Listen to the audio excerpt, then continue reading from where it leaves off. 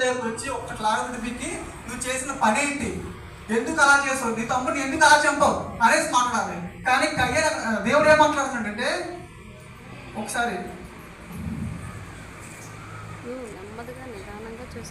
యెహోవా నీ తమ్ముడైనా ఏబేలు ఎక్కడా అని అడిగాను. అంటే అక్కడ దేవుడు ఏమని మాట్లాడుతున్నాడంటే, ఒక్కసారి కయ్యేను దేవుడు మాట్లాడుతున్నప్పుడు కయ్యేను ఒక్క నిమిషం 2 నిమిషాలు ఆలోచించి దేవుడు సడన్గా నా తమ్ముడిని అడుగుతున్నాడు. నేను చేసిన తప్పు దేవుడు చూశాడు, నేను చేసిన తప్పు దేవుడు చూశాడు, అందుకే నన్ను క్వశ్చన్ చేస్తున్నాడు, నన్ను అడుగుతున్నాడు అనేసి అక్కడ గమనించి ఆలోచించి దేవుడు మాట్లాడుతున్నప్పుడు మనం జాగ్రత్తగా ఉండాలి. తల్లిదండ్రులు కూడా మాట్లాడుతున్నప్పుడు మనం జాగ్రత్తగా ఉండాలి. అప్పుడే దేవుడు మనతో మాట్లాడతాడు. అయితే దేవుడు కయ్యంతో మాట్లాడుతున్నప్పుడు కయ్యను ఒక్క 2 నిమిషాలను ఆలోచించి సమాధానం ఇచ్చి దేవుని సమాధానం అంటే ఎలాగవాలంటే, దేవా నువ్వు నా తమ్ముడిని అడుగుతున్నావు, నేను చేసిన తప్పు నువ్వు చూసావు, నా చేతులారా నా తమ్ముడిని చంపుకున్నాను అనేసి అక్కడ కయ్యను సమాధానం ఇవ్వాలి. కానీ అక్కడ కయ్యని సమాధానం ఇచ్చాడంటే నా తమ్ముడు ఏమైనా కావాలి అనేసి దేవుడికి వ్యతిరేకంగా సమాధానం ఇచ్చాడు. దేవుడికి కోపం వచ్చింది. నేను ఎందుకే మాట చెప్తున్నానంటే, చాలా మంది అంతే చర్చలోకి వచ్చినప్పుడు తలక్షాన్ని చేసి బయట బట్టలు వేసుకొని ఆరాధన పాటలు పాడేస్తారు. బయటికి వెళ్ళేదా నోటి మీద అవుతుంది, మనసు మారిపోద్ది. అలాగే వాళ్ళ శరీర విషయంలో కూడా మనసు మారిపోద్ది. నేను ఎందుకే మాట చెప్తున్నానంటే, దేవుడు చూస్తున్నాడు అనేసి నేను మాట చెప్తున్నాను. దేవుడు చూస్తాడు. కయ్యను చూశాడు, తను తప్పు చేసింది కయ్యను చూశాడు. కయ్యను చూసిన వెంటనే దేవుడు అడిగినప్పుడు కూడా సమాధానం ఇవ్వలేదు, అది కూడా సమాధానం రాంగ్ ఇచ్చాడు. అయితే మనలో చాలా మంది కూడా ఎలాగుంటారంటే, యవనస్తులు బయటకు వెళ్ళిపోయిన తర్వాత నా తండ్రి చూడట్లేదు, నా తల్లి చూడట్లేదు, నేను ఫోన్లో ఏదైనా చేస్తాను, ఫోన్లో ఏదైనా మాట్లాడతాను అనేసి భావంతో ఉంటారు. అలాగే యవనస్తులు కూడా నా భర్త చూడట్లేదు, నేను ఏదైనా చేస్తాను, నా భార్య చూడట్లేదు, నేను ఏదైనా చేస్తాను, నా భర్త డ్యూటీకి వెళ్ళిపోయాడు, నా ఇష్టం, నా భార్య ఊరు వెళ్ళిపోయింది, నా ఇష్టం, నేను ఏదైనా చేస్తాను అనేసి భావంతో ఉంటారు. ఒక క్రైస్తవ అలా ఉంటారా? ఎందుకంటే బైబిల్ మనకు చెప్తుంది తప్పు చేయకూడదు, అందరూ కూడా పరలోకం రావాలి అని దేవుడు ఆశపడుతున్నాడు. శాతాను కూడా నరకానికి తీసుకెళ్ళాలని ఆశపడుతున్నాడు. కానీ మనం శాతానికి ఎక్కువ దారేస్తున్నాం. కానీ రోజు బైబిల్ చదువుతున్నాం, రోజు పాటలు పాడుతున్నాం, బయటకు వెళ్ళిన విచిత్రం అలా ఉంటుంది. నేను ఒకసారి బ్రాండక్స్ నుంచి ఇంటికి వెళ్తున్నప్పుడు బైబిల్ చదువుతున్నప్పుడు ఒక వ్యక్తి నాతో చూసి, నువ్వు క్రైస్తుడు అన్నాడు. ఎందుకంటే ఇక్కడ బైబిల్ చదువుతున్నాడు కాబట్టి చూసి నువ్వు క్రైస్తుడు అని అడుగుతున్నాడు. అడిగినప్పుడు నేను అన్నాను, అవునన్నా క్రైస్తుడు అని అన్నాను. వాడు కుర్రాడు అన్నాడు, నువ్వు సినిమాలు చూస్తావు అని అడిగాడు, సినిమాకి వెళ్తామని అడిగాడు. నేను సినిమాకి వెళ్ళగానన్నా టీవీలో చూస్తానన్నా. ఓకే అవునా. అయితే నాకు తెలిసిన కుటుంబం ఒకటి ఉంది, వాళ్ళు హైదరాబాద్లో ఉంటారు. వాళ్ళు ఒకరోజు నేను ఏదో చెప్తున్నాను వెళ్ళినప్పుడు వాళ్ళతో నేను ఒక 2 రోజులు గడిపాను. వాళ్ళు సినిమాకి వెళ్తారు.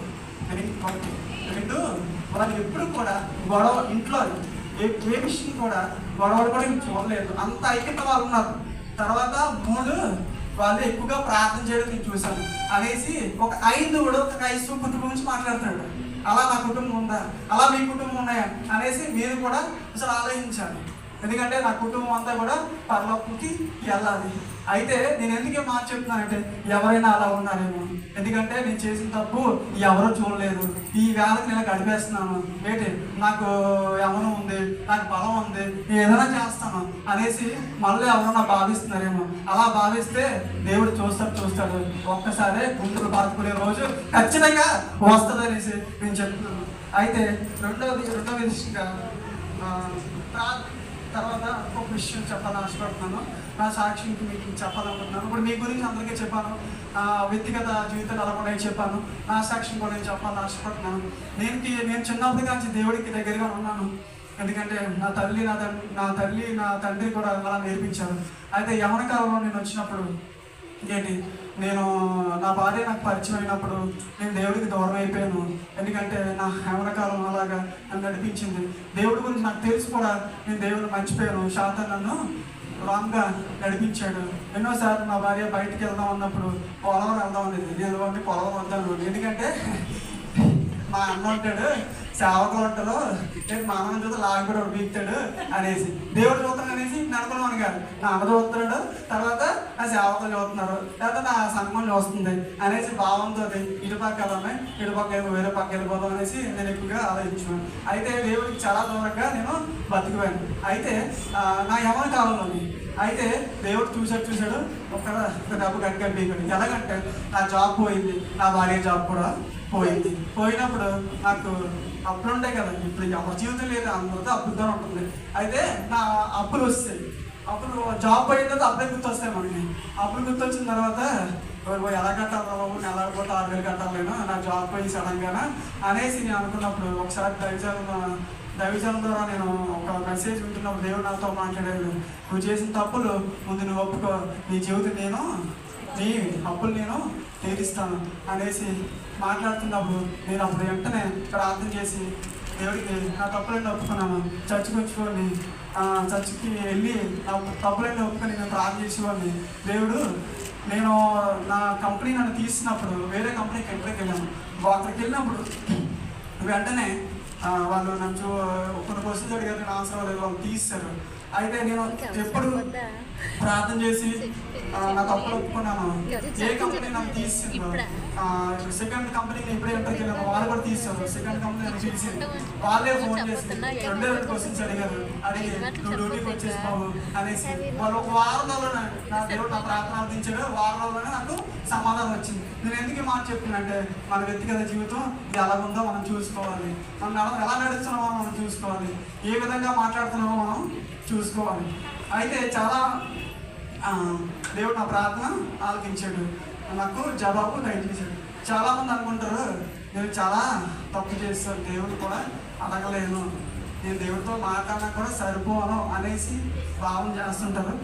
ఇంకొక విషయం కూడా నేను మాట్లాడి లాస్ట్గా చివరిగా తమ గురించి మాట్లాడి ముగించేస్తాను. న్యాయాధిపతులు నేను చెప్తాను, అందరు నాకే చూడండి, నేను తీసే టైంకి వాళ్ళు మర్చిపోతారు. నేను చెప్పిన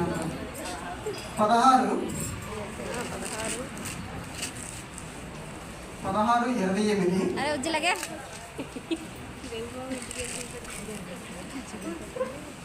అందరు తీశారు కాబట్టి నాకది చూడండి, మీరు కనుక చూడండి, నేను చెప్పేది మీకు వినిపిస్తుంది కాబట్టి.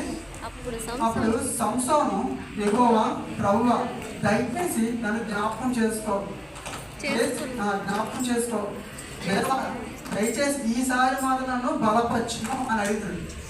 సంసోను చివరగా దేవుడికి ప్రార్థన చేస్తున్నాడు. సంసోను మీకు అందరికీ తెలుసు కదా, చాలా బలవంతుడు. ఎంత బలవంతుడు అంటే గాలికి దవ తీసుకొని ఎంతమంది చంపాడు, 1000 మందిని చంపేస్తాడు. అంత బలం దేవుడు సంసోనుకి ఇచ్చాడు. అయితే సంసోను ఏం చేశాడు, దేవుడికి వ్యతిరేకంగా నడిచాడు. ఒక స్త్రీ దగ్గర తన బలం అంతా పోగొడేసుకున్నాడు. దేవుడి